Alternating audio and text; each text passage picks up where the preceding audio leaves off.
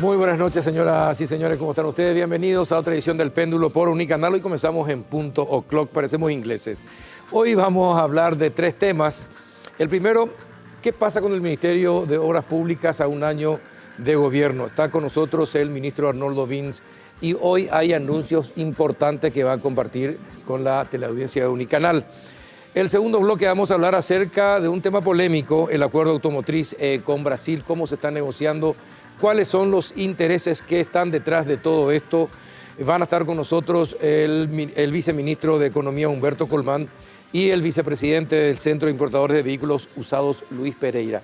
Y el último bloque vamos a hablar acerca de la agenda digital.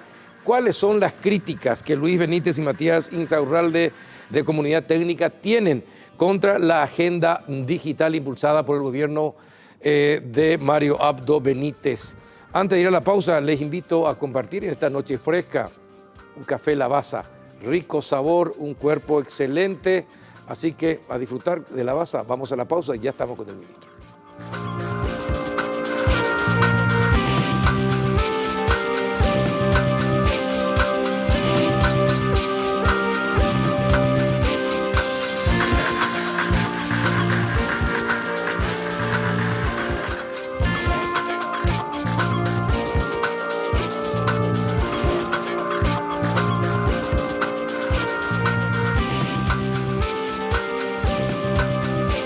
Buenas noches, ministro Arnoldo Vins, ¿cómo anda? Carlos, muy buenas noches a ti, a la audiencia, un gusto saludarlos. Bueno, cuéntenos, ¿cómo está el ministerio? ¿Aumenta su presupuesto? ¿Cómo va a llegar a fin de año con el presupuesto? Va a llegar bien, o sea, el presupuesto va a quedar mal en el sentido de que vamos a usar la mayor parte de lo que está presupuestado. Normalmente Obras Públicas usa casi todo su presupuesto. No tanto así, ¿eh? Los niveles de ejecución rondan el 68 al 74% del presupusto de la cartera. Históricamente es así. A diferencia de otras carteras, en esta cartera, que digamos para ustedes los periodistas al analizar cuántos son los gastos fijos que tiene una cartera, lo que son salarios y ese tipo de cosas, en esta cartera es el 15% nomás eso. El resto son inversiones. Inversiones, claro. Entonces, esta cartera, el Ministerio de Obras Públicas, depende esencialmente de los procesos licitatorios, de las adjudicaciones y luego las certificaciones que se hacen en las obras a medida que avanzan las tareas. Entonces, realmente es un gran desafío poder avanzar, una lucha diaria contra la burocracia instalada en el sector público. Y la corrupción, ministro, porque también los negociados en obras públicas son increíbles. Diseños que se hacen mal a propósito para que la misma consultora vuelva a ser recontratada posteriormente para rediseñar lo que diseñó y así sucesivamente. Es difícil pelear contra toda esa estructura. Es difícil, pero no es imposible, Carlos. Y la buena noticia es que se está avanzando. Y bueno, hoy te traigo una primicia, ¿verdad? Hoy te traigo una primicia dentro de esos avances. Yo me acuerdo que tiene que ver con el proyecto Costanera Sur. Cuando asumimos, creo que ya tuvo 4 postergaciones la apertura de sobres. A nosotros nos tocó, creo que postergar 1 o 2 veces más también. Luego hubo intentos de postergar más veces. Y finalmente... ¿Por qué las postergaciones? Y siempre que faltaba algo o que había que modificar algo otra vez en el pliego o que esto podría traer problemas, lo otro. Finalmente, en un debate que tuve con el presidente de la República dijimos, no se posterga más. Se abren los sobres y vamos a ver cómo está el sector privado, empresarial, internacional, porque es una licitación internacional. Y bueno, se presentaron y esa fue una noticia ya histórica. 6 consorcios, cada uno con una espalda financiera de 160 millones de dólares, que era el precio referencial. O sea, ahí en la mesa, cuando se abrieron los sobres, había 960 millones de dólares entre las 6 empresas que dicen, acá tenemos la espalda financiera, porque este proyecto es bajo la figura llave en mano, donde no viene del presupuesto general de la Nación, no ocupa el espacio fiscal de nuestro presupuesto, sino que va a través de la financiación que consiguen las empresas que se presentan. Y bueno, ¿Son Hoy, grandes empresas y ya fue adjudicada alguna? hoy es el día en el cual me tocó, me fui a la tardecita a Hamburgo y Charrúa junto al presidente a darle la buena noticia y frente a él firmé la adjudicación al Consorcio del Sur, que integra Eurofinsa S.A. y TIC, dos empresas con una financiación de 120 millones y medio de dólares aproximadamente, o sea, 40 millones de dólares debajo de lo que fue el precio referencial. Y bueno, en el proceso, esto primero lo evalúa el equipo técnico de la Dirección de Proyectos Estratégicos, liderada por el economista Jorge Vergara. Un gran trabajo ha hecho este equipo humano en conjunto con el equipo técnico del Ministerio de Hacienda. Al evaluar, finalmente se deriva al Ministerio de Hacienda, que tiene que revisar toda la cuestión de la financiación, porque eso después el Estado con los años va a ir pagando al sistema financiero que avala esta obra, porque esto está respaldado por las garantías del Estado. Entonces ahí hubo otra vez, ajustes al proceso de financiación, logramos aún una mayor ventaja a lo que fue la propuesta inicial con el trabajo de Hacienda, con los financiadores del proyecto. Y bueno, hoy recibimos la noticia de la no objeción del Ministerio de Hacienda, inmediatamente redactamos la resolución, fue adjudicada este consorcio, y bueno, ahora lo remitimos esta tardecita noche ya a Contrataciones Públicas, donde tiene que esperar los 10 días hábiles de protesta o no protesta, y luego ya podemos proceder a firmar el contrato una vez que se allana el camino y empezar el proceso de la obra. ¿Y en cuánto tiempo, de acuerdo al proyecto, termina la obra? ¿Cuándo comienza y cuándo terminaría? Bueno, la primera parte es que el consorcio tiene que presentarnos el diseño final de ingeniería. Yo calculo que va a llevar unos 2 a 3 meses de trabajo la parte fina. Tenemos que aprobarles el proyecto final de ingeniería y ahí se firma el contrato y la orden de inicio. Desde la orden de inicio le corre el reloj con el sistema financiero, ya no es con el ministerio, sino con la banca que los respalda. No pueden atrasarse porque son fuertemente penalizados en económico y tienen 30 meses, Carlos, para entregar la obra. 2 años y medio. 2 años y medio. 2 años y medio. En el 2022 ya tendríamos totalmente la costanera norte y sur completa. Esa es la idea. ¿Cuántos kilómetros son ahora, en la costanera sur? La costanera sur tiene el componente propiamente de la costanera sur, son 7,7 kilómetros. Ahí se interrumpe el proceso de la costanera y se hace el refulado, o sea, mientras tanto ya se hace el refulado de más de 60 hectáreas donde vamos a construir más de 2.000 viviendas. Ahí tenemos en imágenes justamente un poco el complejo que tiene que ver con eso. Y bueno, luego al mudar a la gente a su nueva vivienda, sacarlos de la ribera, de la zona de inundación, del bañado Tacumbú, el bañado sur, entonces después se va a hacer otra licitación, que es la fase 2 de la costanera, donde se va a terminar bordeando el río, la parte que hoy está densamente poblada, justamente por los pobladores de la ribera. Entonces finalmente van a quedar todos en una cota elevada, no inundable, y van a pertenecer a Asunción, no al río. Al río, claro. Hoy en día pertenecen al río, realmente, literalmente hablando. Bueno, ¿y cuánta gente va a tener que salir, mudarse? Son cerca de 2.500 familias. ¿Van a ser reubicadas?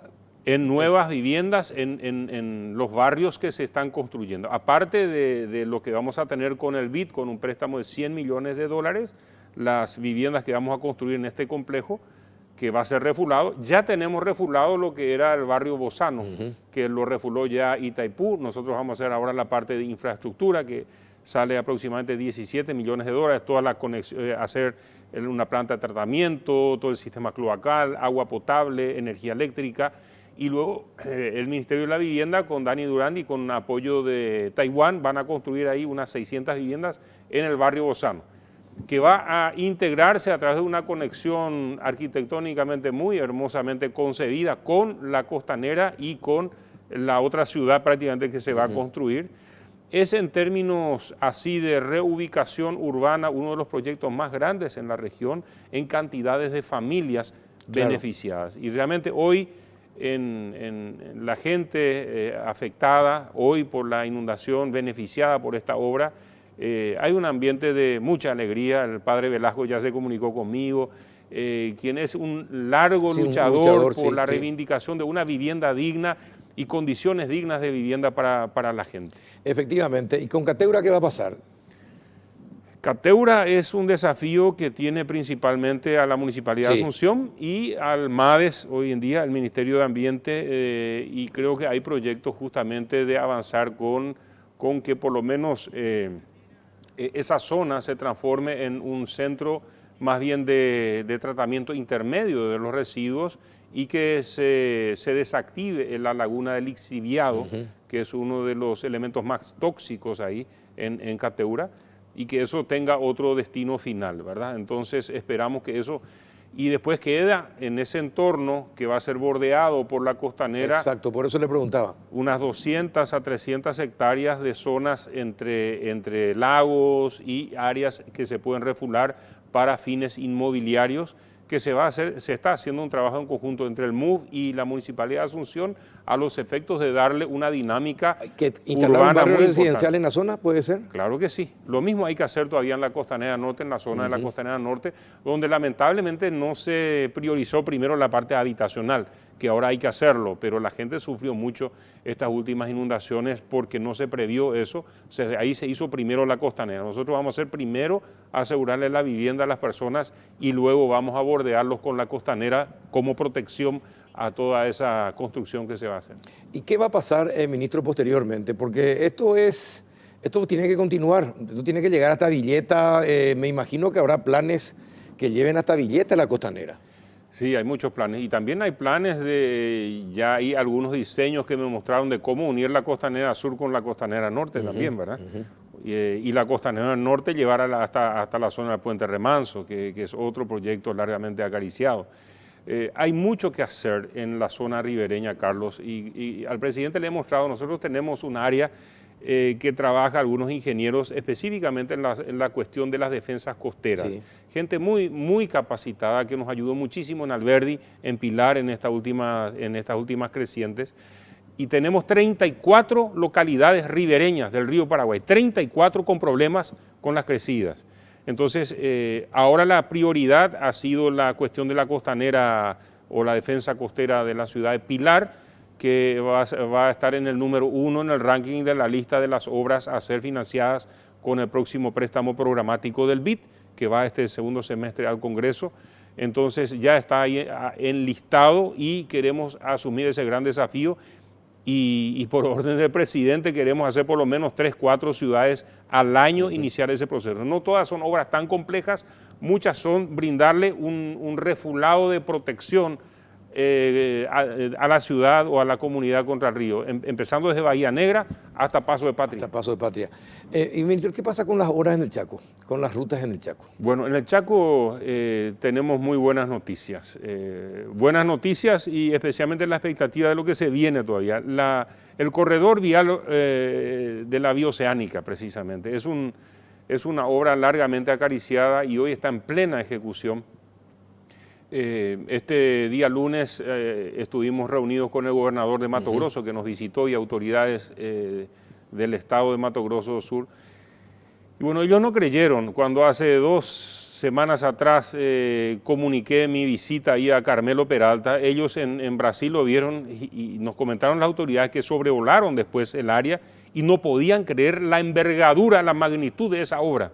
O sea, dijeron, no puede ser, tenemos que ir a ver. Sobrevolaron y vieron la magnitud de la obra. Hoy inclusive ya está una capa de imprimación, todavía no es asfalto, la imprimación, la base, para poner la primera carpeta asfáltica en el departamento de Alto Paraguay.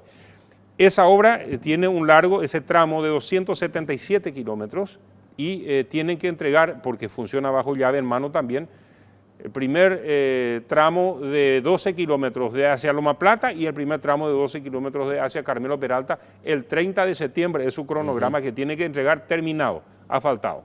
Esos 2 primeros 30 de tramos, septiembre, sí. 30 de septiembre de este año. Y así va avanzando hasta encontrarse en el medio, hasta terminar esos 277 kilómetros, que son el primer tramo de la vía oceánica. El mes de junio del año 2022 tiene que terminar ese tramo. A la par, para fines de año nosotros vamos a llamar a licitación por la modalidad llave en mano, el tramo 2, que va ahí de ese tramo donde desvía Loma Plata, de ahí línea recta hasta Mariscal Estigarribia, va a ser el segundo tramo, y el tercer tramo de Mariscal Estigarribia hasta Pozo Hondo. Son en total 544 kilómetros en línea prácticamente recta que va a unir, Paraguay va a unir a Brasil con Argentina en Misión La Paz, Pozo Hondo, y ahí al lado nomás está triple frontera porque es ahí con Bolivia. Entonces vamos a un corredor. Muchos denominan a este fenómeno algo así como el Canal de Panamá. Claro. Lo que va a unir los dos mares Pacífico, claro. a través de una vía, digamos, una tiene carretera. Que ser de calidad, una carretera de calidad. Totalmente de acuerdo. De calidad, especialmente por la envergadura de lo que se viene. Para Brasil esto es algo fabuloso. Ellos tienen grandes problemas con llevar su producción hacia el mar, hacia Santos, Paranaguá, tienen colapsados los puertos. Y Chile, ni qué decir, hace pocos días atrás me visitó un empresario chileno que está en el sector vial y dijo que estuvo hace pocos días en Mariscal. Y en Mariscal escucha a otro chileno hablando de ellos, tiene un tonito muy especial los chilenos, ¿verdad? Y se le acercó al chileno, ¿qué hace usted en Mariscal Estigarribia? Le dijo.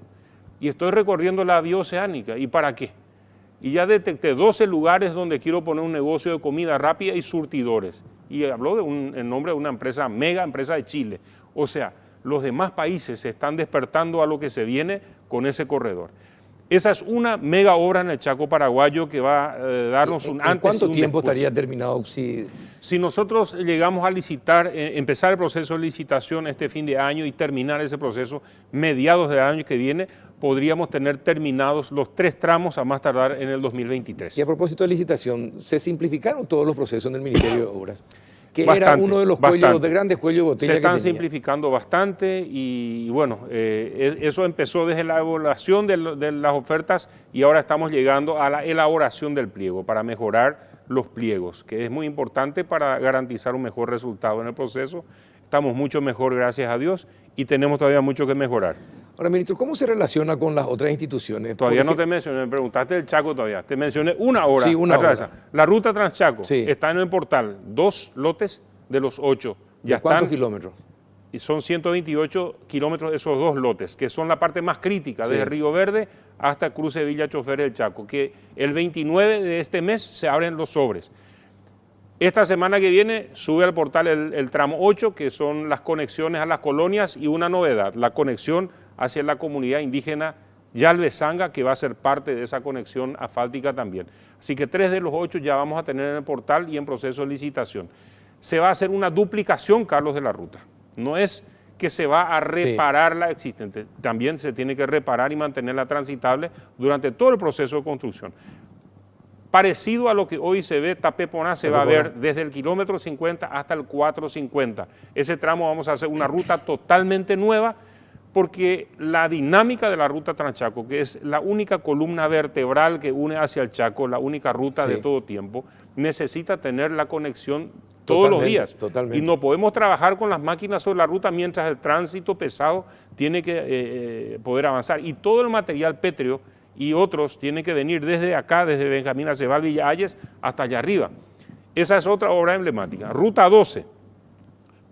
La ruta que va acá por el Pico Mayo hasta General Brugués, también en septiembre me entregan el diseño de ingeniería para hacer el llamado llave en mano. Vamos a asfaltar hasta General Brugués. La ruta de la leche en la zona de las colonias, que va a unir desde Cruce Pioneros hasta Lolita para todo, y sus ramales a Cruce Douglas y a Los Sánchez. Estas son obras emblemáticas en el Chaco paraguayo. Y acá, Puerto Falcón, queremos hacer un nuevo ingreso a la frontera. Se va a duplicar estos 20 kilómetros de Puerto Falcón hasta Puente Remanso, y ahora estamos diseñando cómo duplicar de Remanso hasta kilómetro 50 para que no se nos quede ese eslabón perdido, el paso por Villa Ayes y Benjamín Acebal y Cerrito, y el segundo puente, Asunción Chacoí. Entonces, también va a tener que estar unido a la frontera. Entonces, Carlos, el diseño de nuestra macro infraestructura es duplicación del ingreso de Brasil a Paraguay con el segundo puente. Tapeponá ya está duplicado hasta Caguazú. En agosto empieza la duplicación, porque el 31 de julio tengo que darle orden de inicio al consorcio. Empieza el trabajo de duplicación hasta Upacaray. De Upacaray ya tenemos duplicado hasta Asunción. Asunción duplicado el paso hacia el Chaco y duplicado hasta el Chaco Central. Esa va a ser, digamos, la columna vertebral donde se va a unir todo el esquema, digamos, de nuestras principales rutas del país. ¿Y nunca pensó el Ministerio de Obras hacer un tren que recorra toda esa todo eso al mismo tiempo, ministro? Estamos muy avanzados con varias propuestas. Está pendiente el tren de cercanías, que ya se hizo una licitación de precalificación. Hay mucho interés. Pero va a avanzar ese tren de cercanía. Mira que de cercanía nomás y no se hace en palabra nunca. Y no se hace. Exactamente. No es tan sencillo, pero estamos buscándole la vuelta en qué forma, porque los que quieren invertir también quieren tener garantía de poder recuperarlo. ¿Y qué pasa si no es rentable recuperar con el pasaje la inversión hecha? Entonces estamos buscando la figura posiblemente de la APP a los efectos de que en una alianza pública-privada el Estado tenga una pequeña parte y pueda también a través de eso subsidiar el pasaje si hace falta para que sea un medio de transporte efectivo, especialmente desde Upacaray y Luque. Imagínese si tenemos un tren eléctrico que recorra todo el país. Sería Totalmente. Y en la bioceánica, Carlos, tenemos una propuesta por eso. De los 100 metros de la franja dominio, estamos construyendo la ruta sobre los 60 metros del lado sur de la traza y estamos dejando libre 40 metros del lado derecho, hacia el norte, mirando desde Carmelo Peralta, a los efectos de la trocha de ferrocarril. Tenemos propuestas concretas del sector privado que quiere la concesión para establecer un ferrocarril bioceánico que una Carmelo Peralta, iría hasta Pozo Hondo, pasaría el río Pilcomayo, de ahí hasta Salta y de Salta hasta Antofagasta, por el General Belgrano. Entonces estamos teniendo grandes proyectos también ferroviarios en carpeta. Ya me entusiasma, está entusiasmado y da gusto escucharle entusiasmado, pero le voy a hacer una pregunta que, a ver si sigue el entusiasmo. ¿Qué pasó con el IPS Ingavi? ¿Qué es lo que pasó ahí? ¿Le culpan de alguna manera al Ministerio de Obras porque no se hicieron los desagües correspondientes? El hospital no se puede todavía habilitar completamente. ¿Qué pasó ahí? ¿Cuál es la explicación que le puede dar a la teleaudiencia? Yo creo que hay un cruce de falta de información o de interacción. Yo mañana me reúno con el presidente del IPS para dilucidar nuestra relación interinstitucional. Él hoy se reunió con el ministro del MADES y yo creo que está en camino de solución eso, Carlos, sin ningún problema. ¿Y en cuánto tiempo el ministerio haría los desagües correspondientes en la zona? Una de las variables de solución que creo que mañana vamos a definir, tiene la posibilidad, el ministerio tiene la posibilidad de generar esa conexión si es que el MADES lo habilita, porque depende del MADES, es el ente rector de ese tema. Si el MADES le da el permiso al IPS, nosotros en 48 horas le podemos hacer esa conexión. Completa. La conexión que está pendiente, ahí cerca ya pasa un ducto. Ya pasa un ducto, claro, y podemos hacerle la conexión en 48 horas, eso nos dicen nuestros técnicos. Pero dependemos del permiso que debe dar MADES. ¿Y con el Metrobús qué va a pasar? ¿Y qué va a pasar con la demanda que supuestamente va a hacer la empresa que estaba construyendo el Metrobús? ¿Qué va a pasar con todas esas obras ahí? Estamos cerca de la solución, no es tan rápido como la gente quiere. El problema se armó también con mucho tiempo, lamentablemente, y muy profundos fueron los problemas de todas las dinámicas. Estamos esperando que Contraloría termine su trabajo técnico del levantamiento de todo el inventario de lo plantado y hecho en toda la franja de construcción de esos 4,5 kilómetros. Nos prometen para fin de este mes tenerlo terminado. Nosotros con el equipo técnico del ministerio y también con los técnicos del BID estamos trabajando en una solución alternativa. No se va a llamar Metrobús, pero va a ser una solución positiva para mejorar el transporte público. ¿Pero solamente va a ser esos 4 kilómetros o va a continuar hasta el centro? Desde los edificios públicos que están en la zona de puertos, donde estaba establecida la parada, ahí queremos hacer una parada multimodal donde pueda llegar el teleférico, donde pueda llegar digamos, el catamarán del sistema de transporte que queremos hacer por agua, desde Villa Ayes hasta Asunción y hacia abajo hasta Villeta. Entonces, y también si llega el tren de cercanía, ¿por qué no? Queremos tener una terminal multimodal en ese sector, porque todo finalmente converge al centro de Asunción, así está diseñado todo. Y queremos implementar sobre esta línea de la avenida José Ayala, que es la famosa, la entrada más importante a Asunción, empezar con esta nueva modalidad ya con una dosis importante de transporte público eléctrico. Esa va a ser una característica. ¿Eléctrico? Eléctrico. ¿Eléctrico? Eléctrico. Me repite porque me encanta cuando dice eléctrico. Eso, Carlos, vos sabés que cuando debatimos eso, me tocó ser senador al inicio de nuestro periodo, así se aprobó la ley. Así se aprobó para que sea eléctrico.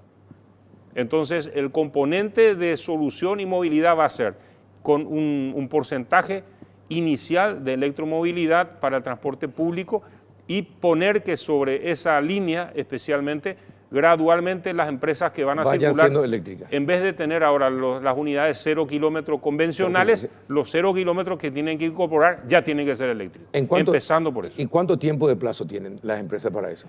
Y bueno, una vez que decidamos en conjunto con el BID, porque esto tiene que tener la no objeción del BID, porque es un préstamo del BID. ¿Cuándo deciden? ¿Cuándo se toma la decisión? Yo quiero llevar al Congreso, si es posible, en el mes de agosto, porque me he comprometido con el Congreso Nacional de socializar la opción o las opciones de solución a la traza. Y bueno, ya con nuestros técnicos estamos muy avanzados ¿Cómo se va a llamar? Ya no va a ser Metrobús, ¿cómo se va a llamar? Y vamos a estar abiertos a la propuesta de la gente, pero no sé, no es tanto un sistema de transporte. Queremos darle más agilidad al transporte público de pasajeros y en nuestra sociedad hoy en día se privilegia el automóvil. Sí. Y en un sistema en el cual necesitamos disminuir la cantidad de automóviles en la calle en Asunción, necesitamos priorizar el transporte público de pasajeros. O sea, en otras ciudades o capitales del mundo nosotros vemos que el auto espera, el colectivo tiene prioridad, sí, o el transporte público, la modalidad que sea, y a eso tenemos que ir apuntando en Asunción, en el área metropolitana. ¿Van a tener los recursos para todo esto que está mencionando? Vamos a tener los recursos. ¿O va a ser van a ser con alianzas privadas? Esta solución, hay diferentes formas para financiamiento. Así mismo es. Esta solución para darle mayor agilidad al transporte público en lo que se conocía como la traza del Metrobús, se va a hacer dentro del precio que establecía el préstamo, dentro de los recursos que se tiene en ese mismo préstamo, bajo esa misma ley. Ahora, estamos buscando otras soluciones para otros tramos, como por ejemplo el tramo desde la zona de la terminal, de Cuatro Mojones, terminal, Mercado 4 y hasta el centro. Estamos bastante avanzados con el estudio para hacerlo con telesférico. ¿Teleférico? Teleférico, así como La Paz. ¿Como La Paz? Así es. Espectacular sería. Y el teleférico es ideal también para interconectar, puede ir atravesado, por ejemplo, desde la terminal por República Argentina, ir por la zona de los shoppings hasta la zona cercana al Botánico, se puede hacer un cordón interconectando. ¿Qué tal si tenemos el tren de cercanía por el norte, en el medio un sistema de transporte público mejor, hacia el sur, un poco más hacia el sur el teleférico y una interconexión? Yo creo que obviamente no se va a poder lograr todo en los primeros años, pero sí tiene que haber una política de Estado que continúe, que priorice una mejor convivencia en nuestra área metropolitana. Hoy es muy difícil. Bueno, tiene que dejar todos esos planes como parte de una política de Estado. Así tiene que ser, Carlos. Porque me entusiasma, hoy me entusiasmó hablar con usted, en serio. Estaba preocupado por todo lo que pasa en el país, ¿verdad? La agresividad de la gente, el enlentecimiento económico, la violencia que se está incubando nuevamente, la falta de seguridad, la falta de recursos para la policía. Pero lo que usted está diciendo entusiasma. Ojalá lo pueda llevar a cabo hasta donde lleve el gobierno de Mario Audo Benítez y que después quede y se pueda llevar adelante como política de Estado. Así es, Carlos. En el interior, ni qué decir, la cantidad de obras que están en marcha, Carlos, es impresionante. Estamos con obras en ejecución de nuevo asfalto, más de 1.400 kilómetros. Y en materia de reparación o arreglo de las rutas asfaltadas existentes, más de 1.800 kilómetros, que tenemos ya los procesos licitatorios en proceso de adjudicación, otros ya en función, y otros que van a tener fecha de apertura en breve. Entonces, hay muchísimas cosas que hacer. Las rutas quedaron, los caminos vecinales quedaron destrozados después de estas inundaciones, y ahí tenemos un decreto que nos permite justamente un llamado de transitabilidad para los caminos vecinales.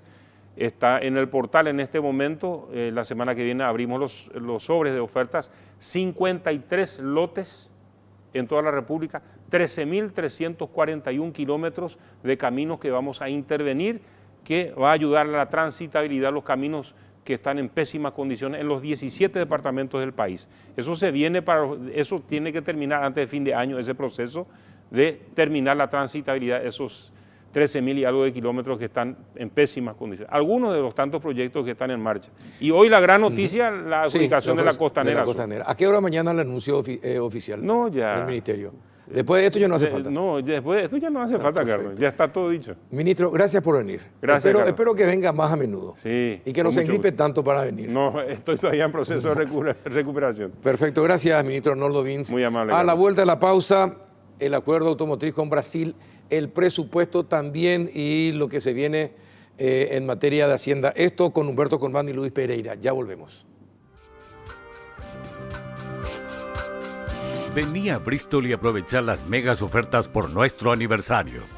Cumplimos 39 años y los festejamos ofreciéndote descuentos increíbles en todos los productos. Además, con todas tus compras, gana una fabulosa camioneta Toyota Hilux Full Equipo 2019, 0 kilómetro, con 39 millones de guaraníes en efectivo. Escucha esta mega oferta. Celular Huawei P30 Lite. Precio normal 18 cuotas de 237.000 guaraníes. Ahora mega oferta 18 cuotas de 149.000 guaraníes. Para más información, llámanos al 519-4000 desde la comodidad de tu hogar o escribinos al WhatsApp 0991-670-000. Bristol, la mejor casa de electrodomésticos del país.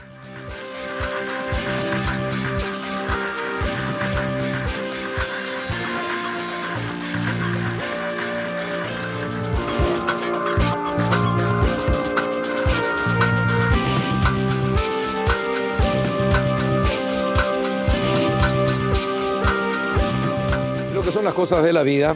Habíamos invitado a Luis Pereira, vicepresidente del Centro de Importadores de Vehículos Usados, para que estuviera con nosotros. Había confirmado que iba a estar, que quería que se escuche su voz.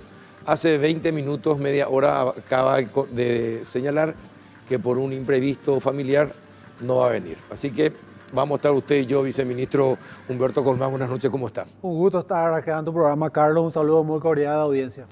Hoy le decía yo al ministro Benigno López, si podía usted venir, y me decía, hablar con él porque está gripado. Y le dije, yo, ¿y con quién va a estar? Va a estar con Luis Pereira, pero se van a pelear. No, yo voy a ser el árbitro. ¿Por qué? ¿Cuál es el problema? ¿Cuál es el inconveniente que hay con los importadores de autos usados? ¿O qué exigencias ellos tienen y que podría generar problemas con Hacienda? No, en el marco de la negociación que se está iniciando con Brasil por el acuerdo automotriz, evidentemente va a tener alguna serie de condiciones esa negociación. Uno de los elementos tiene que ver justamente con los vehículos usados y el tratamiento que se le da en cada país. Sin embargo, es muy pronto para saber cuál va a ser el resultado de esa negociación. Esto es un proceso que está actualmente en curso, llevado adelante por la Cancillería, el Ministerio de Industria y Comercio. Así que vamos a ver, Carlos, todavía es muy pronto para decir cuál va a ser el impacto real de eso. Ahora, pero es cierto que hay una condición de Brasil de ir reduciendo gradualmente la compra de vehículos usados de más de 10 años a Paraguay, de tal forma que ellos también puedan seguir comprando autopartes desde las maquiladoras que están en la frontera. Actualmente, como te decía, dentro del paquete de negociación eso todavía no se tocó. Evidentemente puede haber algún tipo de requerimiento de eso. Hay que decir que Paraguay es prácticamente el único país ya de la región que permite este tipo de vehículos y de esta antigüedad, ¿verdad? Más allá que eso tiene que ver también con un fallo de la Corte y todo lo demás del cual se agarran los importadores.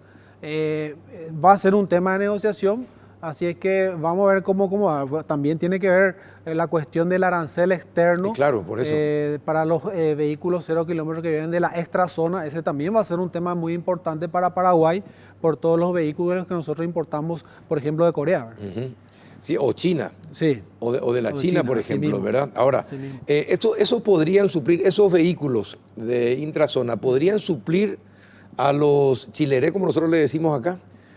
Mira, creo que tenemos una experiencia bastante interesante con este programa de vehículos 0 kilómetros que financió el BNF.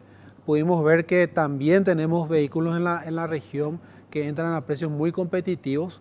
Así es que perfectamente se podría dar. Ahora, por supuesto, acá lo que se va a buscar es balancear todos los intereses de la economía nacional, de los sectores por supuesto, cuidando todo lo que tiene que ver con la generación de valor agregado, el sector industrial, pero también el sector de comercio. Así es que está todo todavía sobre la mesa, es muy pronto para decir cuál va a ser el impacto, pero yo creo que hacia el futuro, evidentemente, eso, Carlos, no tiene mucho más por delante, ¿verdad? O sea, definitivamente tenemos que pensar hacia el futuro en desarrollar un sector industrial y ir avanzando en ese esquema de ensamblaje. Cuando usted dice no tiene mucho futuro, ¿de cuántos años aproximadamente estamos hablando?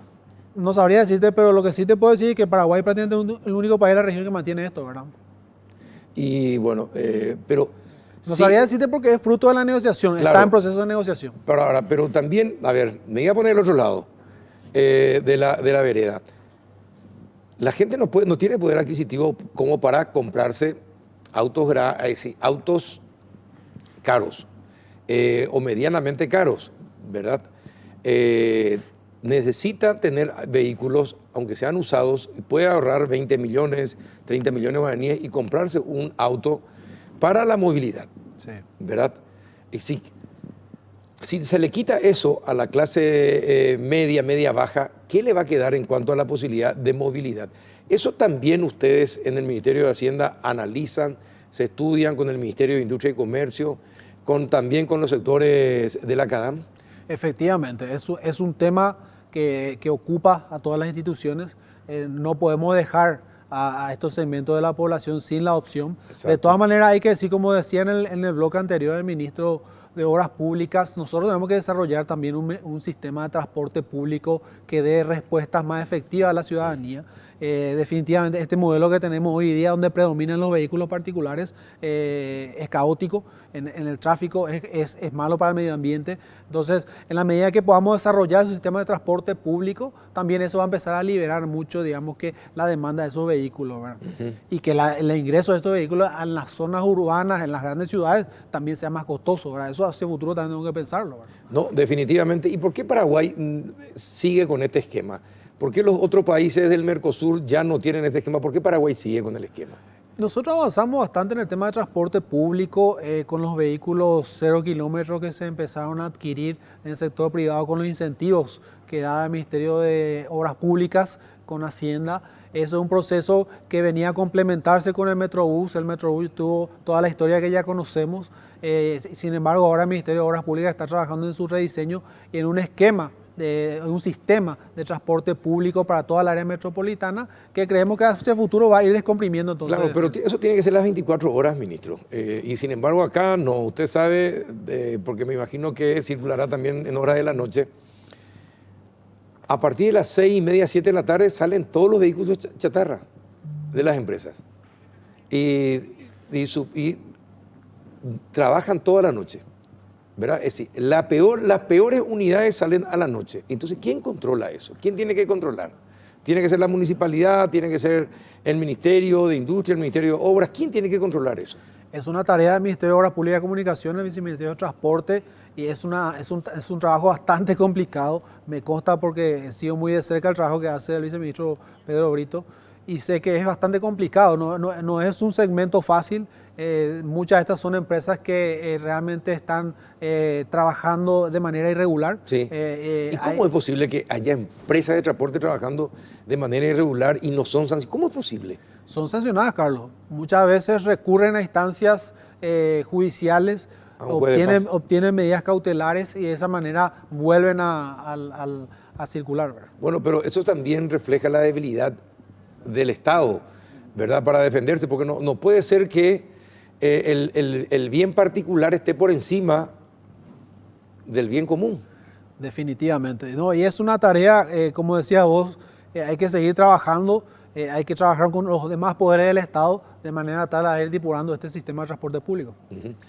Ahora, cuéntenos, entre usted y yo nomás, Sí. ¿qué es lo que exige Brasil? ¿Por qué aplicó los 16%? ¿Y qué es lo que exige Brasil? Que nadie cuenta qué es lo que exige Brasil. Lo que sí podríamos decir, creo que, Carlos, es que el tema automotriz no fue tratado hasta ahora en el Mercosur. Creemos nosotros que ahora hay un interés de parte de los grandes países de avanzar en un acuerdo también Mercosur en el tema automotriz. Y quizás esta sea una movida en ese sentido, ¿verdad? Para buscar acelerar también ese proceso Ahí hay que decir que el otro país grande también está un poco renuente a avanzar en esa línea, porque también tiene un sector industrial que comparativamente con Brasil quizás no es tan competitivo. Bueno, hay una serie de cosas ahí también detrás. Posiblemente el Mercosur en sus próximas reuniones vaya a tratar avanzar en un acuerdo ya a nivel de Mercosur, a nivel del bloque para el sector automotriz. Intertanto, nosotros vamos solucionando a través de un acuerdo bilateral con el Brasil esta situación. Bueno, está bien, cambiemos de tema. Hoy la Cámara de Diputados le dio el visto bueno. ¿Cómo se tomó en Hacienda esa decisión de la Cámara de Diputados? Y estamos bastante satisfechos. Digamos que el proyecto de modernización y simplificación tributaria en cuanto a su estructura está ya prácticamente plenamente aprobado. Ha tenido unos pequeños cambios en lo que tiene que ver con las tasas de los selectivos. Que no le incomoda a Hacienda para nada.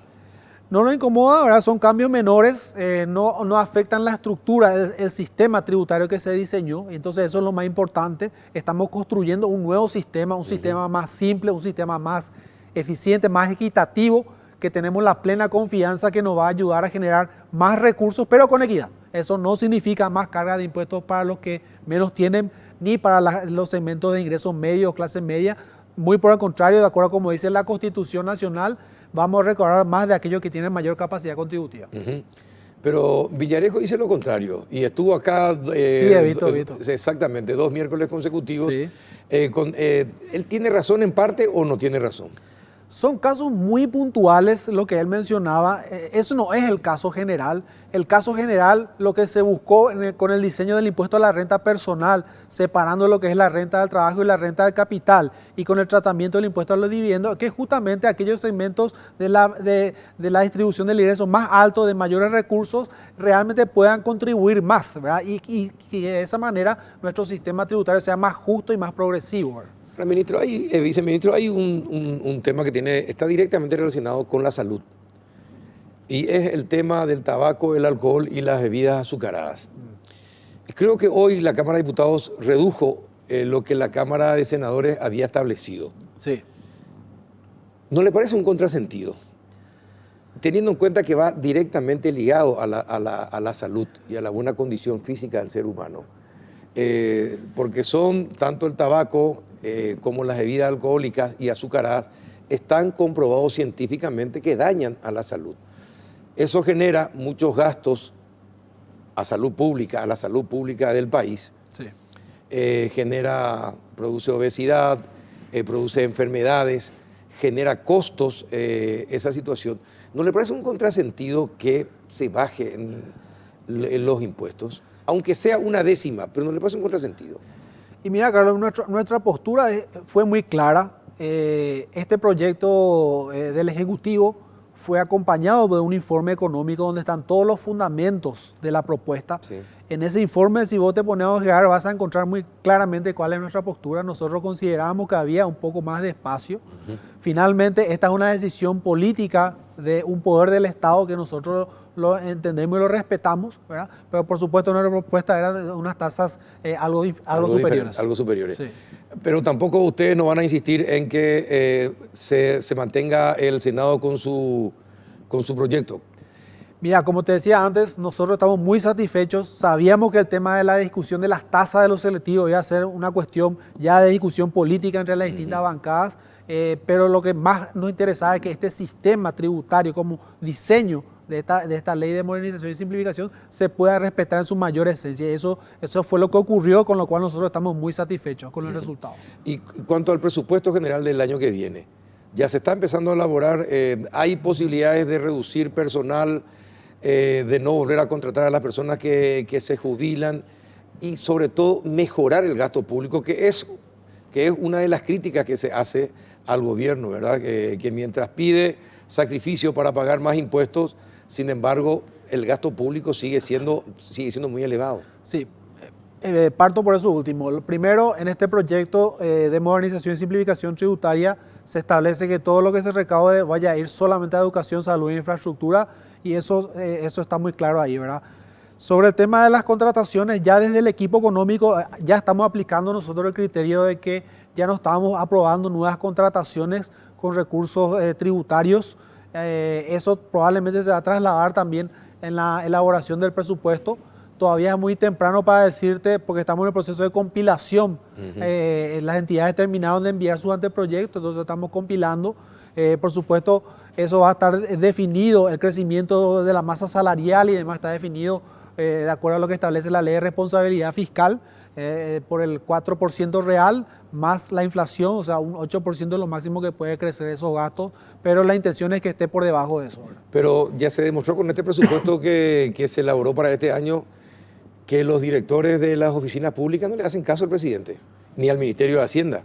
Se fueron a pedir ellos el aumento que ustedes dijeron que no se tenía que pedir. Bueno, ¿cómo se va a manejar el presupuesto de este año entonces con esos mismos directores de las oficinas públicas? Mira, yo entiendo que el proceso del presupuesto de este año, aprobado el año pasado, fue, digamos que, bastante aleccionador. Creo que tanto el ministro de Hacienda como el presidente de la República fueron muy claros posteriormente a ese evento. Tenemos la plena confianza de que eso no va a volver a ocurrir. Además, estamos poniendo dentro de este proyecto de presupuesto, digamos que un nuevo esquema para el control de los gastos salariales. La intención es bajar también la cantidad de categorías salariales que tenemos, por un lado, y también en complemento a esto, presentar una propuesta de organización institucional, porque muchas veces las entidades te hacen un juego de ajedrez, Carlos. Primero te crean una organización, una gran organización institucional para después empezar a pedirte cargos administrativos. Lamentablemente eso ocurre muchas veces, entonces la idea es poder empezar a regular también eso. Bueno, ¿y alguien va a ser sancionado o no? Porque si el Ejecutivo, yo digo, si el jefe dice, este va a ser el presupuesto, firma y lo envía al Congreso de la Nación, pero resulta que vienen los subalternos y le hacen pito catalán al jefe y piden más aumento de lo que el jefe decidió, no se entiende. Porque se destruye lo que el jefe decidió para el país, considerando que era lo mejor, al final no se cumple y sobre todo le quita el liderazgo y el respeto que debe tener el jefe. Totalmente, yo creo que vamos a estar mucho más rigurosos este año. Creemos que el espacio que hay justamente para lo que tiene que ver con el gasto corriente o de funcionamiento es cada vez más limitado. Hay que recordar que en los años anteriores también hicimos recortes. La gente no recuerda esto, pero este presupuesto que hoy tenemos ya capitaliza varios recortes desde el año 2015, más o menos, que venimos aplicando recortes, que digamos que en los últimos 3 años estamos hablando de unos recortes por 120 millones de dólares. Realmente cada vez en lo que tiene que ver con la compra de bienes y servicios, con las contrataciones, el espacio cada vez es más limitado. Por supuesto, siempre hay espacio de mejora de eficiencia, pero lo que digo es que el escenario económico nos obliga a ser más eficientes y creo que vamos a ser mucho más exigentes en este proceso presupuestario. ¿Seguro? Usted dice educación, salud e infraestructura. Y seguridad. Es decir, hoy hablaba yo con el ministro del Interior en Radio 1 de Marzo. Me hablaba que necesitan 60.000 hombres. No tienen patrulleras suficientes. No tienen armas suficientes. No tiene tecnología suficiente. Fíjese que para la seguridad, que un informe llegue tarde a un centro de operaciones o de análisis es peligrosísimo, ¿verdad? Porque la seguridad nacional está en juego. No se podían enterar si efectivamente Osvaldo Villalba estuvo en el ataque a una estancia anteanoche porque no había conectividad. ¿Entiende por dónde va la mano? Mientras gastamos plata innecesariamente en diversas áreas, en lo fundamental, como usted dice, salud, educación, infraestructura y seguridad, estamos pelados. Bueno, en el caso de la Policía Nacional tenemos un proyecto muy importante con el Banco Interamericano de Desarrollo, que entiendo que el Ministerio del Interior está trabajando, es depurarlo, lo que tiene que ver justamente con la adopción de tecnología para un mejor control y una mejor seguridad interna, por un lado. Por otro lado, sé que en el próximo bloque van a hablar de la agenda digital, pero Exacto. la agenda digital también tenía un componente justamente de hacer, digamos, que el gobierno electrónico efectivo Sí, en la práctica. de toda y la conectividad, comisaría y exactamente. los centros de salud. Sí. Exactamente, entonces ese es otro elemento importante que está ahí. Y bueno, las inversiones que hace la Policía Nacional, le hemos dado su espacio en el presupuesto en los años anteriores, así que vamos a seguir apostando también a esa área, Carlos. Porque ¿de qué nos va a servir tener buenos hospitales, lindos hospitales, si no tenemos seguridad en las calles? Totalmente. Si, y no sé si se dan cuenta un pequeño detalle. Cada vez hay más muertos por sicariato. Y cada vez están viniendo, ya se produjeron en la capital casos de sicariato, se produjeron en el área central casos de sicariato y se reproducen cada vez más a menudo y están viniendo hacia acá los casos de sicariato. Ni usted, ni yo, ni nadie va a tener seguridad en el país si esto sigue reproduciéndose. ¿Se da cuenta la importancia del presupuesto para seguridad? No, sin lugar a dudas, ¿verdad? O sea, educación, salud, seguridad, infraestructura son de todas maneras prioridades y deben ser prioridades dentro de la agenda, dentro del presupuesto nacional, sin lugar a dudas, Carlos. Bueno, y ministro, viceministro, y en cuanto a todos esos premios que tienen, eso no se puede hacer por gestión. Es decir, yo hago una buena gestión y si hay dinero, entonces me merezco un premio, está bien. Pero si no, ¿por qué se le tendría que dar, por ejemplo, el presentismo? ¿Cuándo va a desaparecer el presentismo? Si uno tiene que estar en su lugar de trabajo para trabajar, ¿cómo es que se le va a abonar un plus por presentismo, por ejemplo? Y eso sigue ocurriendo en diferentes instituciones del Estado.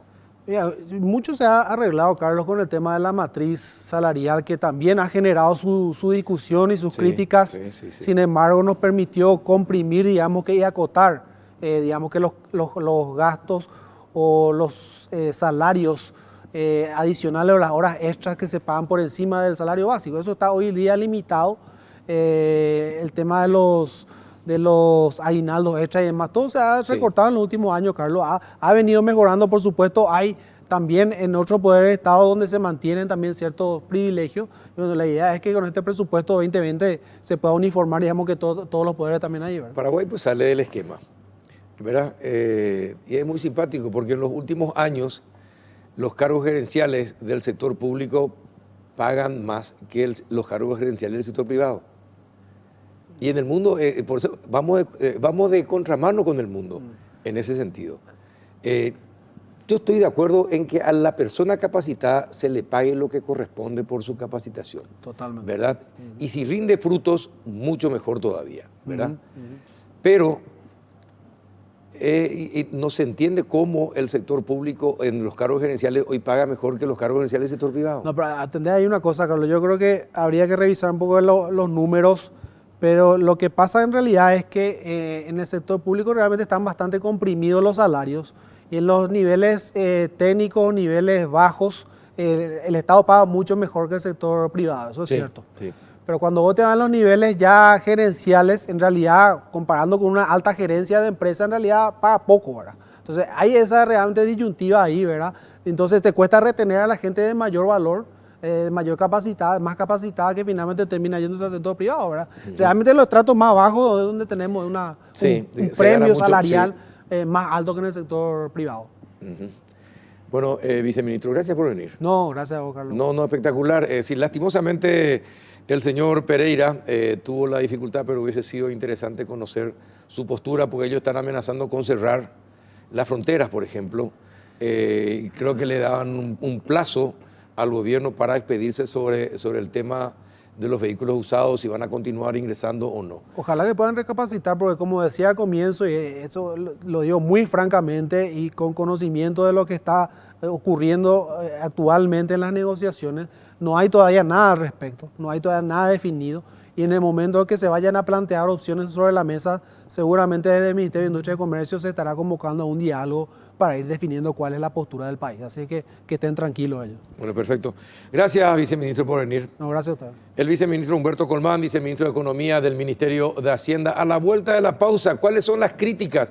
Quédese, viceministro, a la agenda digital de este gobierno. Ya volvemos.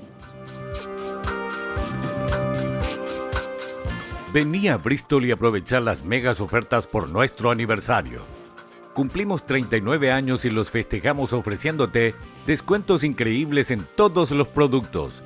Además, con todas tus compras, gana una fabulosa camioneta Toyota Hilux Full Equipo 2019, 0 kilómetro, con 39 millones de guaraníes en efectivo. Escucha esta mega oferta. TV Samsung Smart de 43 pulgadas Full HD. Precio normal 18 cuotas de 403.000 guaraníes. Ahora mega oferta 18 cuotas de 189.000 guaraníes. Para más información, llámanos al 519-4000 desde la comodidad de tu hogar o escribinos al WhatsApp 0991-670-000.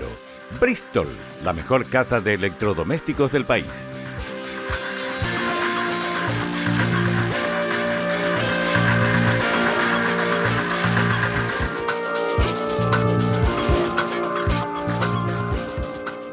Ya entramos en el último bloque para hablar acerca de la agenda digital. ¿Qué tal, don Luis Benítez? ¿Cómo estás? Buenas noches, Carlos. Buenas noches a la audiencia. Gracias por venir. ¿Qué tal, Matías Insaurralde? ¿Cómo estás? Súper bien, gracias por la invitación, Carlos, y buenas noches a todos los que están viendo. Bueno, ustedes estuvieron viendo el programa el miércoles pasado y pidieron derecho a réplica acerca de lo que dijo el ministro Hugo Cáceres sobre el tema de la agenda digital. ¿Ustedes llegaron a hablar con Alejandro Peralta? ¿Llegaron a tener alguna charla sobre el tema de la agenda digital? Hablamos una vez con Alejandro Peralta, hablamos 2 o 3 veces con el viceministro Martín, y Hugo Cáceres también estuvo en una de las reuniones, así que ahí también hablamos un poquito. Uh-huh. ¿Y cuáles son las críticas que tienen ustedes a la agenda digital? ¿Es económica? ¿Es política? ¿Es técnica? ¿Cuáles son las críticas? Sí, yo creo que es algo principalmente técnico, pero por supuesto hay cuestiones ahí que van saltando a medida que te pones a analizar el proyecto, ¿verdad? No sé si probablemente la gente que está viendo el programa habrá visto algunas de las publicaciones que hicimos sobre algunos ítems, por ejemplo, que fueron eliminados del plan. Uh-huh. Para darte una idea, se presupuestaba $400.000 para el primer satélite paraguayo, y nosotros saltamos la alarma sobre eso y decimos, el Congreso aprobó este préstamo con un plan que dice $400.000 para el satélite paraguayo. Y cuando le preguntamos a la Agencia Espacial Paraguaya quién iba a recibir teóricamente ese fondo, la Agencia Espacial nos dice, no, la verdad que no sabemos nada de eso, vamos a preguntarle a MITIC. Entonces MITIC responde, no, ese ítem ya se hizo, el PTI, el Parque Tecnológico de Itaipú ya hizo ese estudio, entonces va a quedar fuera nomás ese ítem. Entonces por ese lado nos llama mucho la atención cómo se presenta un préstamo ahora, cómo se presenta un presupuesto para un préstamo. ¿Cómo se aprueba? Claro. Se aprueba y sin saber si hacía o no hacían falta ciertos ítems. Claro, hay que entender lo siguiente. El Sistema Nacional de Inversión Pública es un proceso que tiene 19 pasos. Actualmente nos encontramos en el paso 18, donde por diversas instituciones va pasando el proyecto, el plan en sí, ¿verdad? En varias instituciones, desde la Secretaría Técnica de Planificación, se levantaron determinadas alarmas, en el Banco Central también fue otro, determinadas alarmas, pero independientemente de esas alarmas que no se cubrieron, que no se respondieron, el plan siguió avanzando hasta la aprobación del préstamo por el Congreso, ¿verdad? Y hoy ya pero las alarmas, Luis, las alarmas surgen porque se va a gastar mucho más de lo que debe gastarse, se va a gastar mal. No se va a hacer lo correcto. La primera alarma es justamente lo que nosotros decimos, que no hay información técnica que base o en la cual se base las decisiones del plan, ¿verdad? Eso es lo primero, que fue uno de los dictámenes de la Secretaría Técnica de Planificación. El otro dictamen del BCP decía que en un año determinado había posibilidad de que se sobregire el Estado paraguayo con respecto al préstamo. Son cuestiones alarmas que se tenían que haber tenido en cuenta a la hora de decisión. Y para nosotros, para el grupo, y acá te quiero aclarar algo, Carlos. Nosotros no somos un gremio, nosotros no somos una sociedad civil organizada, o sea, no somos una ONG, somos simplemente un movimiento ciudadano. Un movimiento ciudadano que tiene conocimientos técnicos, ¿verdad? En base a esos conocimientos técnicos y leyendo la poca documentación que nos entregaron, es que hacemos todas estas críticas. Es que se hicieron pedidos de información pública en detalle, punto por punto, programa por programa, y cada vez vamos encontrando que es un plan donde se pidió 130 millones de dólares, que tiene ciertas metas que a todos nos interesa, ¿verdad? Pero no tiene sustento técnico. Ese es el principal problema que tenemos, ¿verdad? No tiene sustento técnico hasta el día de hoy, a 2 meses de insistentemente haber pedido. Ustedes los tecnológicos, los que están en este mundo de la tecnología, hablan de manera diferente. Sí, sí. Y ustedes se entienden fácilmente. Sí, así mismo. En muchas reuniones Así mismo. ustedes se entienden suficientemente. Yo no soy tecnológico. Hay mucha gente que no es tecnológica, pero que le interesa el tema. Ustedes podrían explicarle de manera sencilla, clara y concreta, ¿qué es lo que cuestionan de la agenda digital del MITIC? Sí, básicamente estamos de acuerdo con que se tiene que hacer este plan. Estamos de acuerdo con que llevamos al menos 20 o 25 años atrás en este tema de políticas públicas en tecnología. De atraso. De atraso. ¿Con respecto a los países de la región? Claro, Sí. en Solamente distintos los aspectos, vecinos. ¿verdad? Solo los vecinos. Son los vecinos. Claro, 25 años. Aproximadamente, ¿verdad? Y te cuento así un pequeño antecedente, ¿verdad? Que la forma en la que yo llego a este proyecto, o sea, Luis es obviamente mayor que yo, él ya venía investigando esto hace un año aproximadamente, pero yo venía investigando un tema en particular, que es cuánto gasta el Estado paraguayo en tecnología en las escuelas.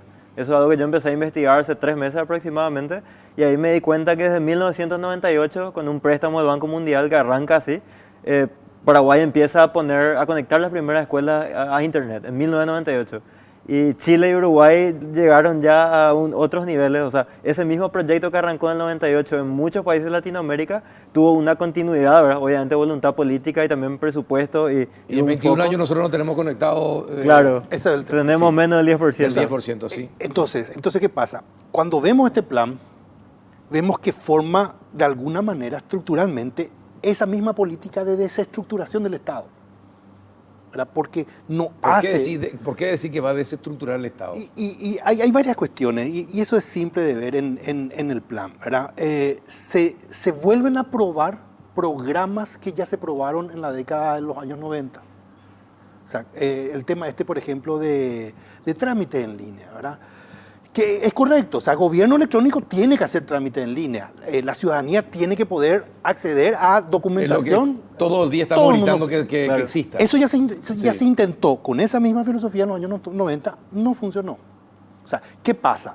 La cuestión es que esos son como recetas que vienen del extranjero que se imponen a una coyuntura tecnológica en los ministerios que no se adecua a la realidad. Entonces, finalmente, uno invierte mucho dinero en eso, compra hardware, compra software, se implementan algunos servicios, pero después con el tiempo eso cae.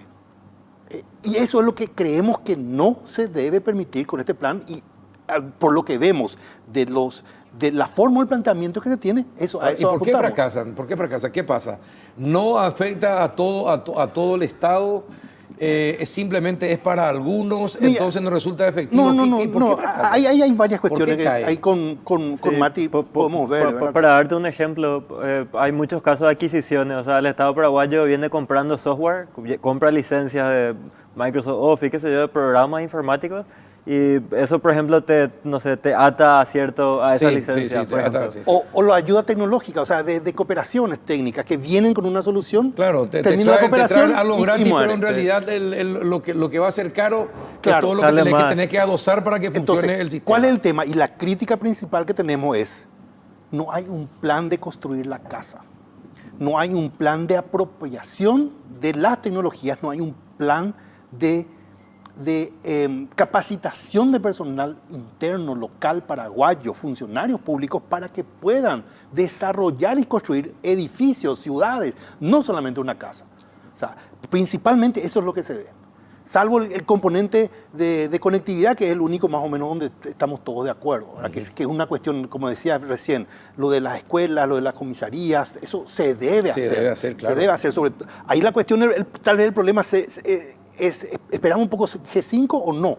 ¿Verdad? Pues 5G. estamos así en 5G, pues estamos así en un punto en que puede ser que esperar un poco más reditúe más rápido a corto plazo, ¿verdad? Y sobre todo, Carlos, que vemos que hay un apuro del Ministerio de desembolsar esto. Y yo comprendo todo el plan de reactivación económica y toda esta cuestión de inyectar dinero de obra pública, pero yo no quiero que esto se haga mal porque yo tengo 24 años y desde que yo soy chico yo veo que el Estado no hace bien las cosas en temas tecnológicos. Creo que este dinero ni siquiera es suficiente para todo el atraso que tenemos. Por lo tanto, hasta se puede decir, es poco a través de este préstamo de 130 millones de dólares y por eso hay que ser cuidadoso con este dinero como para que funcione realmente. O sea, yo creo que... Si usted tuviera, a ver, si usted le tuviera a Alejandro Peralta, al viceministro del ministro MITIC, enfrente, ¿qué le dirían para corregir el tema y para que 130 millones de dólares sea efectivo en cuanto a la tecnología, al uso de la tecnología por el Estado se refiere? Ya, de hecho, en la reunión que tuvimos, le dejamos claro. La comunidad lo que quiere es parar el proyecto así como está, codiseñar con los diferentes actores de la sociedad para en un año arrancar la ejecución. Nosotros no estamos en contra del plan, pero creemos que este no es un plan participativo entre la academia, el sector privado, la sociedad civil y la comunidad técnica. Esto es un plan como que impuesto de afuera, a partir de es una receta que viene le nada dijeron, más, comprar ¿verdad? esta receta. Claro, pero no es esto es lo que nosotros creemos que conviene, ¿verdad? Por eso es justamente que nosotros preferimos sugerir parar para poder codiseñar. Lastimosamente, el MITIC sigue ejecutando el plan, están ellos en calendario. El último equipo de consultores del BID estuvo entre el 1 y el 4. Ellos siguen continuando el plan y simplemente están retrasando o ignorando esta propuesta que viene de la comunidad técnica. Bueno, ahora, ustedes hablaron con Alejandro Peralta. Sí. Hablaron con... Martín. Y con todos los directores Con del todos los MITIC directores. ¿Qué le explicaron ellos a ustedes? ¿Escucharon, cuando ustedes le explicaron esto, qué dijeron ellos? De alguna forma ellos están de acuerdo con que hay que darle participación a la gente y nosotros incluso hicimos una propuesta, tenemos una persona en el equipo que es un investigador, es un PhD y él está especializado en todo este tema de hacer cuestiones democráticas y todo eso, es también informático y él realizó una propuesta de un mecanismo para poder codiseñar la agenda. Entonces nosotros le dejamos esa propuesta al ministerio y le dijimos, mira, ¿te gusta o no esta propuesta? Esa es la primera pregunta. Y la segunda es, ¿hasta qué punto nos vas a dejar modificar el proyecto de aprobarse o de utilizarse esto? Y le dimos una fecha límite hasta el 1 de agosto y ahora nos encontramos esperando eso, ¿verdad? O sea, estamos esperando que ellos nos digan, ok, vamos a permitirle diseñar todo, no importa todo lo que se hizo hasta ahora, ¿verdad? Y de alguna forma yo creo que es algo duro para ellos porque finalmente hasta estas organizaciones internacionales o este tipo de organizaciones tienen como la agenda también de, ok, hay que ejecutar, hay que hacer esto de esta forma. Entonces esto va como en contra, pero yo creo que es muy valioso ese aporte, creo que se debe hacer así. Eso es. Yo creo que no van a aceptar ningún cambio. Tal vez en algún programa, alguna cuestión pequeña, pero no la readecuación de todo. Carlos, se están volviendo a cometer errores para mí graves. Por ejemplo, se plantea un distrito digital. ¿Qué es un distrito digital dentro del contexto de la agenda digital? Es un parque tecnológico. Nosotros ya tenemos un parque tecnológico. El parque tecnológico de Itaipú no funcionó. No funciona. No ha desarrollado la zona de Alto Paraná, ¿verdad? ¿Por qué vamos a repetir ese modelo acá, centralizando en Asunción? O sea, nosotros creemos, por ejemplo, yo particularmente creo que ese componente tendría que ser el distribuir el sistema de innovación a nivel nacional, porque ya se tienen universidades en la mayoría de las ciudades. O sea, tiene que empezar a desarrollarse empresas de bases tecnológicas en Encarnación, en San Ignacio, en Pedro Juan, donde hay ya universidades. ¿Y de qué depende de que se desarrolle? Sí, justamente de políticas de Estado. Y esta es una política, o debería ser una política, que apunte a sostener o ampliar ese sistema justamente. O sea, y justamente esa es una de las críticas que tenemos, uno de los temas, ¿verdad? Hay otros más. ¿Cuáles, por ejemplo? Otras críticas, por ejemplo, el data center. El data center es un edificio donde hay servidores, donde hay computadores, donde se va a centralizar todos los data centers del Estado. La idea es magnífica por el hecho de que se va a ahorrar mucho dinero porque los data centers de los ministerios van a migrar en algún momento en ese o claro, varios data centers, ¿verdad? Se va a ahorrar costos, que está bien. Ahora, ¿cuál es el problema? se hace al lado de la caballería dentro del contexto del distrito digital. Con eso se rompe todos los estándares. Que está a 2 kilómetros de un aeropuerto, tendría que estar por lo menos a 20. Está frente a una autopista, está en zona inundable. ¿Y lo que hacen eso? ¿No saben esos detalles? Es lo que nosotros nos preguntamos. Se pagaron consultores del BID internacionales, saben de estas cuestiones. Ahí el tema probablemente habrá sido una cuestión de Pero decisión eso tiene que ser política así, arriba. es decir, no pueden estar tienen que estar a 20 kilómetros como mínimo. Son las recomendaciones, las buenas prácticas. O sea, ahora, si yo voy a hacer SHAE, Ahora, ¿las hacia así buenas nomás, recomendaciones de quién? de organismos internacionales de tecnología, o sea, son estándares internacionales. La IEEE, la TIA, o sea, hay estándares que determinan ese tipo de prácticas. Y vos, si querés estar bien, si querés hacer bien las cosas, tenés que seguir eso. No Bueno, es ¿y necesario. por qué crees que este gobierno querría hacer mal las cosas? Hay una discusión que ya tuvimos, yo creo que de alguna manera es justamente lo que te decía al principio, es desestructurar el Estado justamente para que se vuelva a gastar 130 millones de dólares para volver a parchar. Cuando me decís esto, me hace acordar, no sé si la comparación, porque una cosa es una cuestión en la parte tecnológica digital y otra cosa la analógica, ¿verdad? Claro. ¿Verdad? Pero haciendo las comparaciones, yo hablaba con el ministro de Obras y con el viceministro acerca de cómo se hacen las obras públicas en nuestro país. Cómo se diseñan mal las obras públicas a propósito para que esa misma consultora sea contratada 2 o 3 veces para modificar lo que había hecho mal desde un principio. Sí, así mismo. Imagínate, esto sería en lo digital, sería la misma cosa. Ese es el planteamiento. Imagínate, Carlos, o sea, obviamente venimos en distintas líneas y también investigando cosas de forma autónoma, tanto Luis como yo. Y yo vengo investigando mucho el tema de cuánto gasta el Estado en tecnología y todo esto. Y hay casos, por ejemplo, como el del Servicio Nacional de Catastro, que es tan importante porque está toda esa información ahí. Sí. Hay casos donde en el 2009 creo que se compran equipos, hardware, ¿verdad? Servidores, computadoras, para el servicio de catastro. Eso se instala en un data center del Estado, que creo que fue el de contrataciones públicas, y luego el tipo de contrataciones públicas tiene que irse a pagar esos equipos porque estaban al pedo prendidos. Y se pagó $1 millón o no sé cuánto. Y si uno se pone a mirar, obviamente, obras como el Metrobús o corrupción en obras públicas, es algo que todos vemos, todos sentimos y sufrimos a diario, ¿verdad? Pero impresionante es como en cosas tecnológicas esto pasa a mayor escala, muchas más veces en la historia de Paraguay, ¿verdad? Y no nos damos cuenta. Y esa es una gran preocupación. Carlos, vos sabés ese tema de que en superficie tenemos 3 pisos. Sí.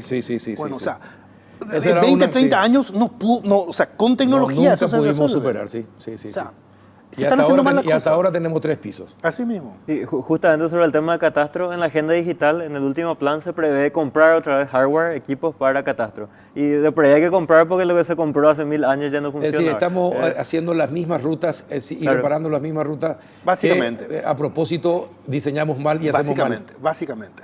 Eso es lo que nosotros vemos con los planes que se tienen, ¿verdad? Y, a ver, y estas alertas que ustedes... ¿encuentran eco dentro de MITIC o no? Yo tengo mi postura en eso, ¿verdad? Pero Mati, no sé... Sí, yo creo que no encontramos mucho eco, ¿verdad? Porque generalmente el discurso de MITIC es un poco más positivo, ¿verdad? Sí, vamos a hacer las cosas, vamos a hacer, pero a la hora de la realidad, si no nos dan ese mecanismo de participación, creo que vamos a tener que escalar a otro lugar, ¿verdad? No sé si hablar con Hacienda o escalar con otra institución que por ahí nos pueda hacer un poco más de caso, ¿verdad? Porque técnicamente tenemos muchas justificaciones e incluso para darte nomás una idea, se envió el presupuesto que es ya para el siguiente año de MITIC, para Hacienda, el presupuesto 2020 de MITIC, y ya se eliminaron una de las cosas que nosotros habíamos reclamado. O sea que de alguna forma... Es decir, que le están haciendo caso. De alguna forma. De alguna manera. Claro. Yo creo que no. Yo creo que no. Al contrario de lo que dice Mati, yo creo que inclusive desprecian el hecho de que estemos haciendo esto. O sea, les molesta. O sea, no sé por qué, ¿verdad? No sé por qué. Al fin y al cabo, nosotros queremos construir esto con ellos. Tenemos que construir con ellos, con el sector privado y con la academia.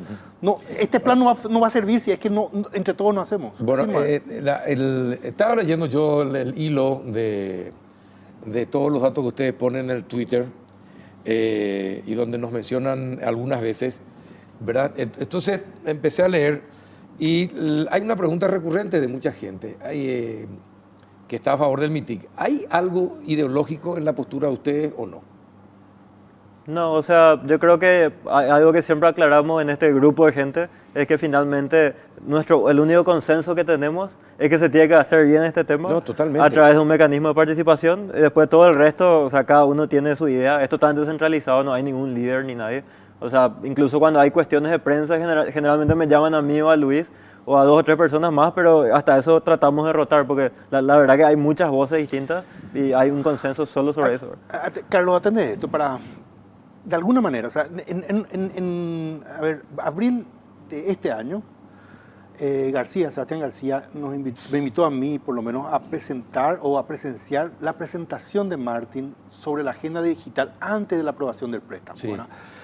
Fue una mesa donde había gente del sector privado, había gente de la sociedad civil organizada, había gente de la academia, ¿verdad? Y Martin presentó el plan, ¿verdad? Presentó el plan como probablemente vos también viste con Alejandro Peralta en el World Trade Center, con Barán y Cernucci. O sea, el mismo plan. La comunidad que estaba en esa mesa pidió mayor documentación.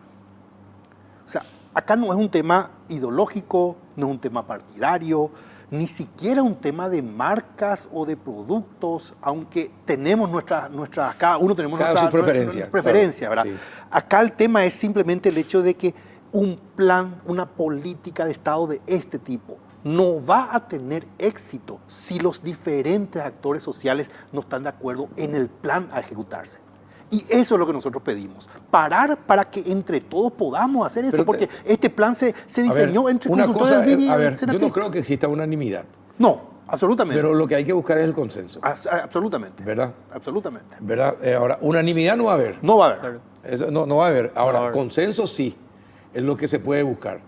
Y es importante que se aclare, porque o si no, de repente la gente te dice, bueno, lo que pasa es que si no hacemos como ustedes dicen, entonces no sirve. No, eso tenemos claro. De hecho, nosotros tenemos nuestra diferencia con Matías dentro de las propuestas del grupo mismo, ¿verdad? Pero ahí es justamente el tema de vuelta. Tiene 4 componentes este plan. Las metas que plantean los componentes son correctos. De repente, el objetivo o la meta tendría que ser más ambicioso. Ahora, el cómo se hace, vamos a tener algunas diferencias, pero para apuntar al mismo objetivo, yo creo que tampoco hay muchas alternativas para los objetivos que se trazaron, ¿verdad? Para nosotros simplemente es elevar la calidad, la vara de lo que se pretende hacer y por ende cada acción que apunta a eso. Van a haber diferencias, van a haber discusiones, pero yo creo que así como en el Plan Nacional, el PDT, el Plan Director TICS, se pudo realizar en un año con amplias discusiones entre todos los sectores, con esto también se puede hacer lo mismo. ¿Ustedes temen hechos de corrupción? Mira, ¿Ustedes ven que sienten que podría haber algún interés de alguna empresa en particular, de algún sector en particular, de hacer negocios con este dinero para la agenda digital? Yo creo que... ¿Ustedes temen eso, sinceramente? Sí, yo temo eso porque como justamente vengo investigando todos estos casos, o sea, está lleno de ese tipo de cosas, ¿verdad? Y lo peor es que nadie se entera porque es algo tecnológico que nadie puede ver, y eso es algo que me preocupa mucho más, ¿verdad? O sea, creo que hay eso también, y especialmente cuando hablas de tecnología, hay presupuestos grandes, ¿verdad? Hay marcas, entonces es así, ¿verdad? Yo no puedo acusarle a nadie, Carlos, de nada, no tenemos pruebas, ¿verdad? De hecho, pero a mí lo que me llama poderosamente la atención es este tema del dominio externo, fuera de lo que es. ¿Qué quiere decir dominio externo? Básicamente, ¿qué significa esto? Imagínate, todos los biblioratos del Ministerio de Tecnología de la Información y Comunicación se llevaron a un depósito del Super 6. Eso fue lo que pasó. Todas las comunicaciones internas del ministerio se llevó a otro lugar, sin control del funcionariado del ministerio. O sea, eso para mí es así. No, es información vital, que tiene resguardada. Claro, o sea, para mí eso es justamente cosas que me llaman la atención. Y eso tenemos forma de probar de que se estuvo utilizando hasta el 1 de julio. Durante un año. Durante un año, ese dominio. No sabemos para qué propósito. No, tiene que ser .gov.pi. Tiene que ser. Este fue mcit.com.pi, adquirido por una persona de un grupo empresarial. Son cosas que llaman la atención. son cosas que llaman la atención, son cosas que dan mucho miedo. Sobre todo porque cuando denunciamos eso, elimina el dominio en ese instante, algo que venía usando hace Sí. un año. Recién cuando lo hacemos público, ellos eliminan eso ese Y día. este es un que, tema a de ver, seguridad que- nacional, Es decir, que Carlos. durante un año tuvieron los datos de lo que querían a su disposición. A su disposición. Desde antes de la asunción el presidente. Estamos hablando de información vital del Estado. Del Ministerio de Tecnología de la Información y De- Comunicación, concretamente. Finalmente es comunicación sensible en el sentido de si el ministerio envía un mensaje a un consultor del BID, Sí. por ejemplo, o sea, es información sensible, por supuesto. ¿verdad? O sea, y es seguridad del Estado. Claro. Quien está encargado de las políticas de ciberseguridad es el MITIC. No ha emitido un solo comunicado desde las denuncias de ese hecho. O sea, hay cosas. Sencillamente hay eliminaron cosas. el dominio y... Mutis. Y tenemos forma de demostrar quiénes dentro del ministerio estaban al tanto de esto. ¿Quiénes estaban? Mañana te vamos a publicar. ¿Y por qué no me contaba ahora? Si Es que no me recuerdo, una lista larga No es, importa, una recordate lista por lo larga. menos 2 o 3. Lo Otra más pregunta. importante, mira, lo más importante no me quiere No, contar. y bueno, A ver, ¿quién estaba? estaba en conocimiento Peralta, estaba en conocimiento Martín, ministro, viceministro, la mayoría de los directores generales del Ministerio de Tecnología. Para mí esto es un tema grave, muy grave. Inclusive la misma directora de anticorrupción. O sea, De este gobierno. de esta institución, de este gobierno. De este gobierno. O sea, Después para mí es de- un tema grave. No, claro que sí. Después de esto la Fiscalía debería intervenir. ¿Qué es? Esto es una cuestión, O sea, un peligro de ciberseguridad. Es un tema de ciberseguridad. De para mí. ciberseguridad. Total, absolutamente. Total y absolutamente. Estoy aprendiendo con ustedes. Muchas cosas. No, en serio. Estoy aprendiendo con Pero ustedes y es- por la persona que me habla acá en el... Es un tema muy grave. Carlos, No es un sé tema si muy viste, grave. Carlos, para mencionar nomás el tema de la Municipalidad de Asunción. eso que hicieron, no, eso que Es lo hicieron mismo, ayer. es lo mismo. No, es eso, lo eso mismo. fue terrorismo. Es lo Es mismo. lo mismo, o sea, es lo mismo. Es más.